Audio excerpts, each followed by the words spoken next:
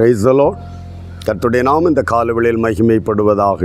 இந்த காலை நாம் இணைந்து ஆண்டவரை நோக்கி பார்க்க தந்த கிருபைக்காய் ஆண்டவருக்கு நன்றி செலுத்துகிறேன். இந்த நாளிலும் சங்கீதங்களின் புஸ்தகம் 72ஆம் அதிகாரம் அதனுடைய 12வது வசனத்தை வாசிக்கிறேன்.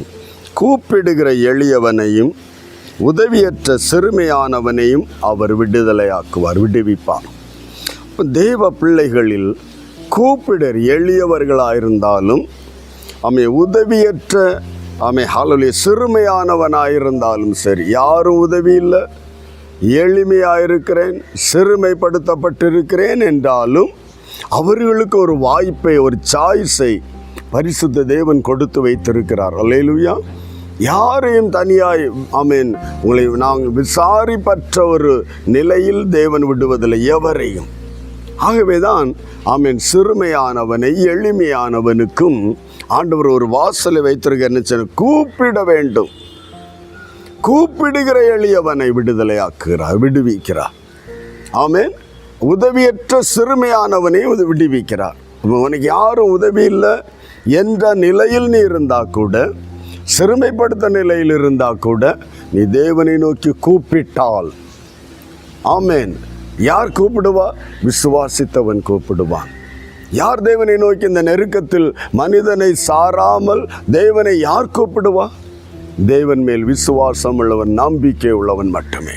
ஆகவே தான் வேதம் சொல்லுகிறது, கூப்பிடுகிற எளியவனையும் உதவியற்ற சிறுமையானவனையும் அவர் விடுவிப்பார்.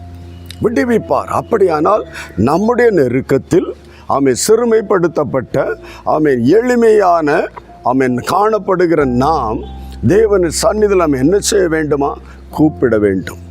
யாரும் உதவி இல்லைன்னா வெக்ஸாகி நிராசையோடு உட்கார அல்ல, மாறாக தேவனை நோக்கி கூப்பிட வேண்டும் என்று கர்த்தர் சொல்கிறார்.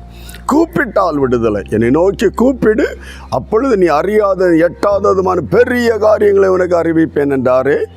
தேவனை நோக்கி கூப்பிட வேண்டும். நீ யாராக இருந்தாலும், சிறுமைப்படுத்தப்பட்டாயோ, யாரும் உதவி இல்லையோ, தேவனை நோக்கி கூப்பிட்டு அவர் உன்னை விடுவிப்பார். ஜெபிக்கலாமா? அன்பு தகப்பனை, இந்த நல்ல காலை வேளையில் நம்முடைய சந்நிதியில் எல்லா தெய்வ பிள்ளைகளையும் ஒப்பு கொடுக்கிறேன். ஆண்டவரே, யார் யார் சிறுமைப்படுத்தப்பட்டு யாரும் உதவியற்ற நிலையில் இருக்கிறார், அவர்களை கர்த்தர் விடுவிப்பீர் என்று சொல்லியிருக்கிறேன். உம்மை நோக்கி கூப்பிட செய்கிறான்ப்பா. உம்மை நோக்கி கூப்பிட வேண்டும் என்ற அந்த காரியத்தை இந்த நாளில் இவருடைய செவிகளில் போய் சேர்ந்து இருக்கிறது. உம்மை நோக்கி கூப்பிடும்போது அவர்களை விடுதலையாப்பீர், விடுவித்து அவர்களை ஆசீர்வதிப்பீர் என்று வேதம் சொல்லுகிறபடியே ஒவ்வொரு தெய்வ பிள்ளைகளையும் ஒப்பு கொடுக்கிறோம். ஒவ்வொருவரும் நோக்கி கூப்பிடுகிற நாளில் சத்துருக்கள் பின்னிட்டு திரும்பத்தக்கதாக இவர்களை விடுதலையாக்கும் ஆசீர்வதியும் செய்யப்படுறதுக்காய் நன்றி. இயேசுவின் நாமத்தில் பிதாவே, ஆமென்.